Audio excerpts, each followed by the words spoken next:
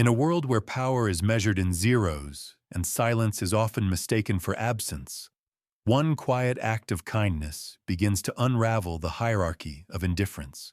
A black janitor, unnoticed and uninvited, sings softly as she works, and a billionaire's mute daughter listens. Something shifts, not just in the girl, but in the man who watches.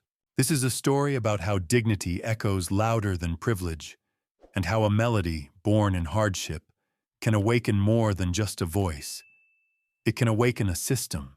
The morning light was still pale over New York's skyline as Aisha Moran stepped out of the subway, steam curling up from the grates beneath her boots.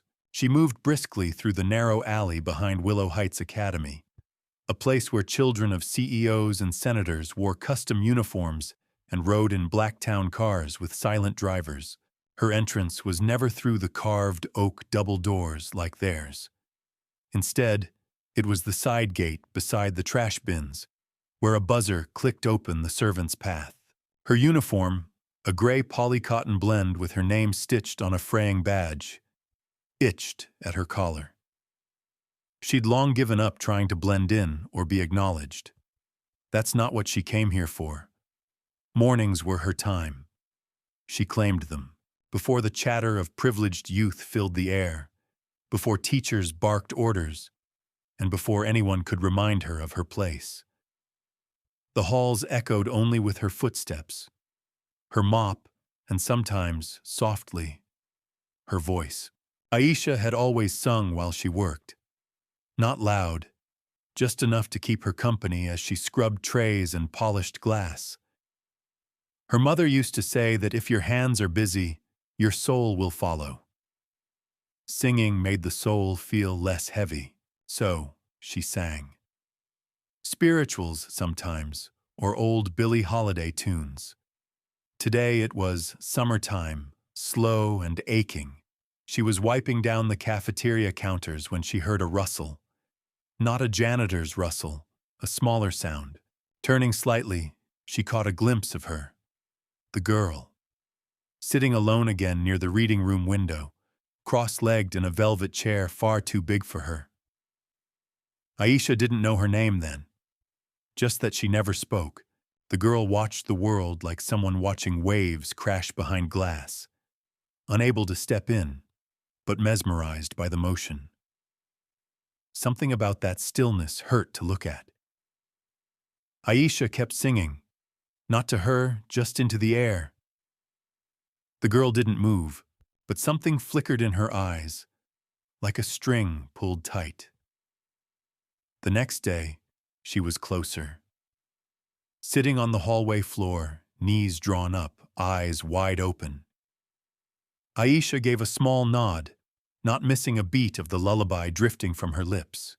And again, the girl watched, not moving, not blinking too much, just watching. By the third morning, they were almost face to face. Aisha was changing the trash liner in the corridor bin, humming, "A change is gonna come." The girl's fingers tapped gently on the floor in rhythm. She still said nothing, but her body leaned in slightly. The silence between them was thick, but not uncomfortable. It was something else, like soil before rain. It didn't last. A sharp voice cut through the hallway air like glass on tile. "Nora, what are you doing? You're not to wander unsupervised, especially near staff." Aisha flinched. The teacher's tone wasn't angry. It was cold, controlled, like she was reminding the air itself to stay in its place. "She's just listening," Aisha began, quietly, not sure why she spoke. "Why, she doesn't belong here," the teacher snapped, not looking at Aisha, never looking at Aisha, only at the girl. "Let's go." And just like that, Nora was gone. Aisha returned to her mop, biting the inside of her cheek. It was an old taste, steel and salt. She'd tasted it before, in interviews where her resume vanished beneath a single glance. in rooms where her voice meant labor but not presence. Later that day, she was called into the office. The head of custodial services had a smile that never quite reached his eyes. "We've had a concern," he began. "You're paid to clean, Ms. Moran, not to socialize." "I didn't speak to her," Aisha said calmly. She listened. "Well, that's not your responsibility. Children like her need professional care. This isn't some after-school program." He didn't say what he meant, but she heard it all the same. She went home that night, sat on the edge of her narrow bed in a basement apartment she shared with her cousin and 2 cats, and stared at the ceiling for an hour. She didn't cry, not because it didn't hurt, but because she didn't want to waste water on what couldn't be washed away. But the girl returned.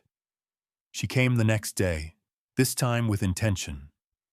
Her hand clutched something tight, a small notebook. She didn't open it, just held it like a talisman. Aisha was vacuuming, and for once, she paused. Not much, just a beat. Just enough to say, "I see you." That was when the silence broke. The girl didn't speak, not with her mouth, but she hummed. Just one note, unsure, soft, but unmistakable. Ayesha froze. She turned, slowly. "Was that you?" Nora nodded, a tiny nod, as if afraid it might be taken back. From around the corner, footsteps pounded.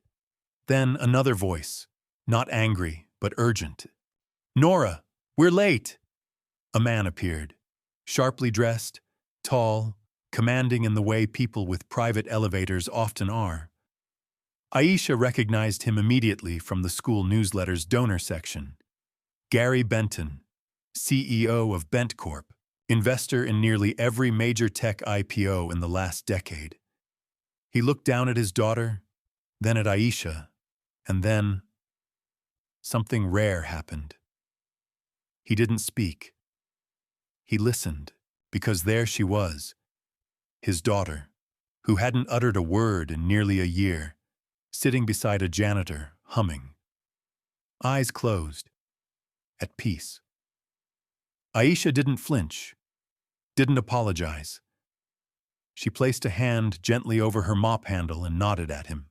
He opened his mouth, closed it, then crouched beside the girl. "Nora, are you okay?" She didn't answer, but her fingers found Aisha's sleeve and held it.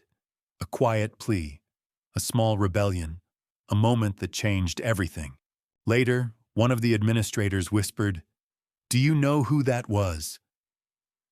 Aisha didn't answer.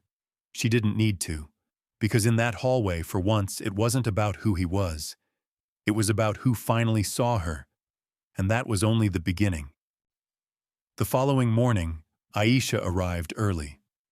Earlier than usual. The school corridors still smelled faintly of disinfectant and lemon oil. She moved like she always did, efficiently, invisibly. But the air felt different. Not heavier, exactly, just full. Like something was about to happen. And it did. By 7:15, she was summoned to the administrative wing, not through the side entrance or via walkie-talkie, a formal note delivered by hand. That alone was strange. The janitorial staff didn't get invitations. They got directives. Inside the office, 3 people waited. The school director, a lawyer Aisha didn't recognize, and Gary Benton. The billionaire didn't wear a suit today. He wore quiet money, a dark sweater, cashmere maybe, and a watch that could pay off half her student loans. He didn't speak right away, just watched her enter, his hands clasped loosely in front of him, his face unreadable.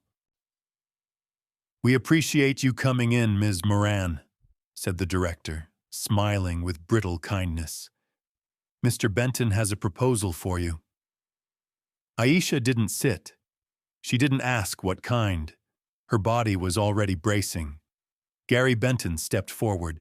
I understand you've made a connection with my daughter, a rare one.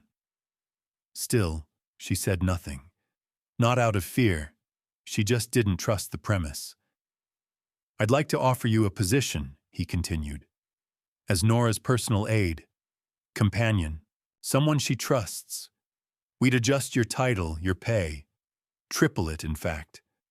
You wouldn't be cleaning anymore.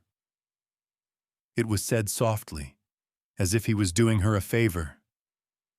Aisha looked between them all. The director's eyes flicked down, uncomfortable. The lawyer was already flipping pages on a contract. I'm not a nanny, Aisha said. Her voice didn't rise. It didn't need to. I didn't ask for this. You'd be helping her in ways professionals haven't been able to, he offered gently. I helped by being human. That's all. Gary's mouth opened slightly, then closed again. It was the first refusal he'd received all week, maybe all year. Later that evening, in a suite atop the Plaza Hotel, he called in a favor. Within hours, he had her file. Her name rang a quiet bell. He'd seen it before, buried in a grant proposal years ago.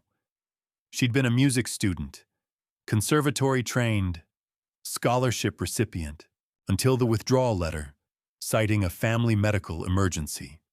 His assistant confirmed it. Aisha Moran had left school at 21 to care for her dying mother.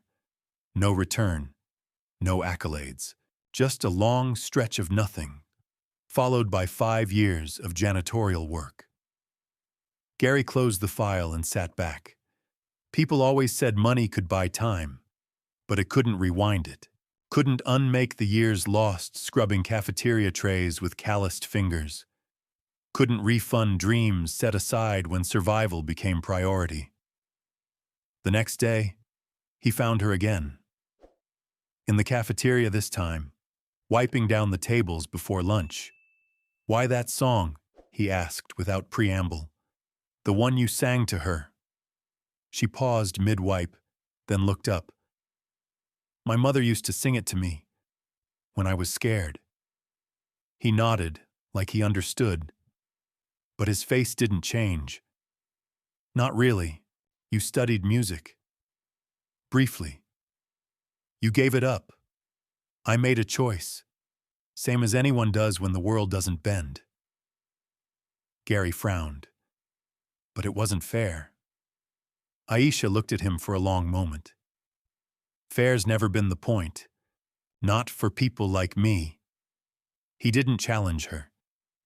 He just stood there, silent, like he was standing on the edge of something he didn't know how to cross. That week, the school pulsed with tension. Whispers about the girl, the janitor, the CEO. One teacher called it inappropriate.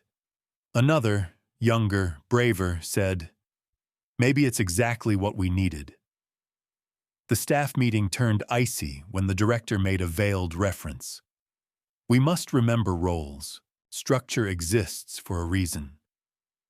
Aisha's name wasn't mentioned, but it didn't have to be. Everyone understood. And then it happened. Nora made a sound, not a word, not a sentence, but a tone, a syllable, a quiet in the middle of Aisha's song. It rang out like a bell dropped into a still pond. Her therapist was stunned. Her teacher cried. Her father stood motionless in the hallway, trying not to blink too fast. The next day, it hit the news. Not the sound itself, but the story. Some mute heiress speaks after connection with janitor. Tabloids, morning shows, a PR circus, reporters parked outside the school. Someone leaked Aisha's name. They came knocking with microphones and offers. A book deal, a profile, an interview with Oprah's team. She said no to all of it. Because this wasn't about a spotlight. It was about a moment between two people, one who had lost her voice and one who had never been given a platform to use hers. Still, the pressure came. Papers slid across desks, contracts slid under doors, lawyers slid into inboxes. Gary made one more offer. "A foundation," he said, "in your name, for children like Nora, music therapy, speech support, arts access. You'd lead it, fully funded, independent." She said nothing for a long time. Then, "Only if it's truly mine. You don't get to direct it." He hesitated, then nodded. She nodded back. That week, he visited her old music school. The building was aging, the windows smeared with the fingerprints of long-departed dreams. Inside, a faded photo hung in the hallway. Aisha at 19, smiling on a recital stage. He lingered in front of it for a long time. Later that night, he told his assistant to write the check, and the school's music wing was renamed the Moran Studio for Expression.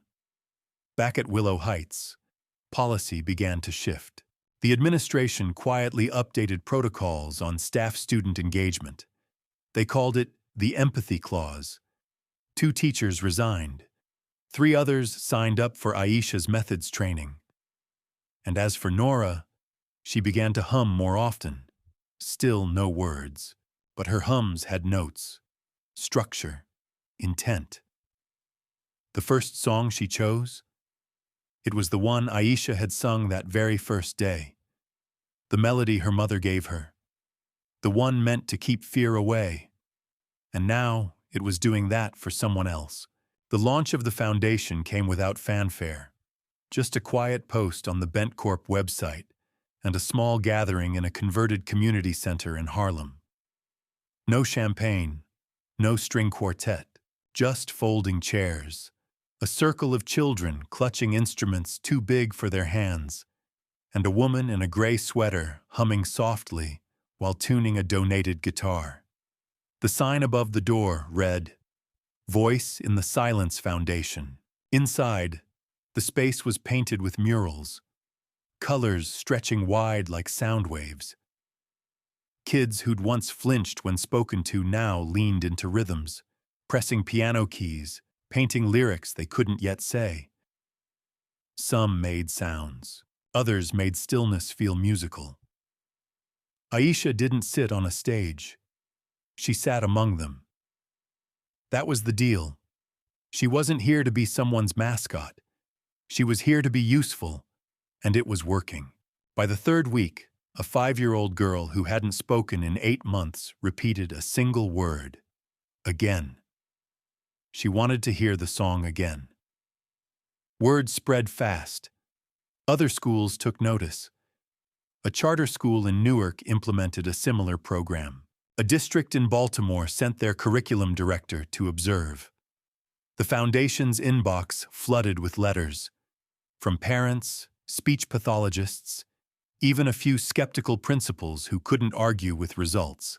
Meanwhile, at Willow Heights Academy, the culture began to change in quieter ways. Janitors were now introduced by name. Lunchroom staff were included in monthly meetings. The art teacher started leaving blank sheet music pages on the message board with the words, "Your turn." One day, a 2nd grade class requested that Miss Aisha teach them a lullaby. No one told them she didn't work there anymore. In the background of it all, Gary Benton moved differently now. Not entirely changed, billionaires rarely are, but altered. A man used to being obeyed was learning to listen, and that learning looked awkward on him, like a tailored coat worn one size too tight. He still had opinions, still arrived in silent cars and wore watches that could fund entire clinics. But sometimes he took the long way through the school halls, just to hear the sound of his daughter humming behind a classroom door. One evening, he approached Aisha at a foundation roundtable. "I've been thinking about expansion," he said. "It was global." She shook her head. "We're not a brand. We're a promise." He smiled, just a little. "That's what makes it worth growing." She didn't say yes. Not right away. But she didn't walk away either. Weeks later, she stood behind a podium at the Bent Corp annual forum. A sea of tailored suits and press badges filled the room. For once, they were all looking at her, and not through her. "I'm not a therapist," she began. "I'm not a specialist. I'm not a miracle worker." Silence. "I'm a person who paid attention when it was easier to ignore. And that attention, that moment, changed someone's life." She paused, then added, "Maybe more than one." The room was still. Then, slowly, applause. In the front row, Gary clapped without reserve.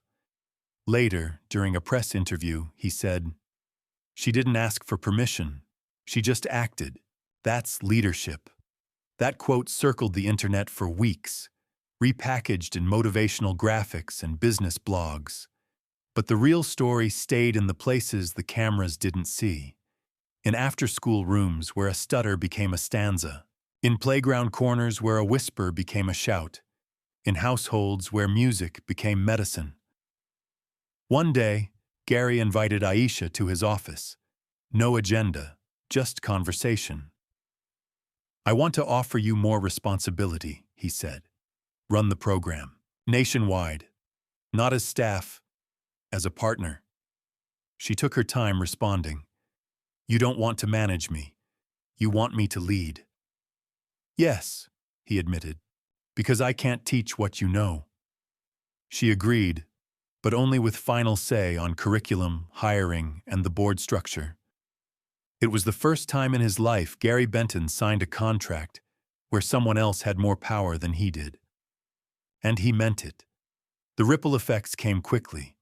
Applications flooded in from educators, counselors, and former custodial staff who had stories like Aisha's. Degrees gathering dust, dreams shelved, talents overlooked. They weren't looking for charity. They were looking for a chance. And this time, someone was answering. The program launched pilot sites in Detroit, Oakland, New Orleans. Local artists joined forces with speech therapists. Cafeterias became studios. Closet spaces turned into sound booths. By year's end, 300 students had regained partial or full speech through musical expression. At a gala event marking the Foundation's one-year milestone, Nora stood on stage beside Aisha. She didn't say anything at first. Then she lifted the mic, looked out at the sea of people, and sang. Not the whole song, just the first verse. The same lullaby Aisha had sung that first day. The crowd rose to their feet, not for the note, but for the silence it broke. In the back of the auditorium, unnoticed, Aisha stood quietly, her foundation blazer draped over a chair. She didn't wave. She didn't cry. She just smiled, and when the event ended, she slipped out a side door. Back at Willow Heights Academy the next morning, she walked alone through the now empty corridor. Past the trophy case, the art wall, the renovated music room, she stopped at the janitor's closet, now freshly painted, with a new plaque that read, "Support Room, Staff and Student Wellness." Inside, the mop and bucket were gone. In their place, shelves with books, art supplies, a small keyboard. She reached into her coat pocket and pulled out her old name badge. A. Moran, Janitorial Services. She left it on the windowsill, and written across the plastic badge in permanent marker were 3 words. She saw me.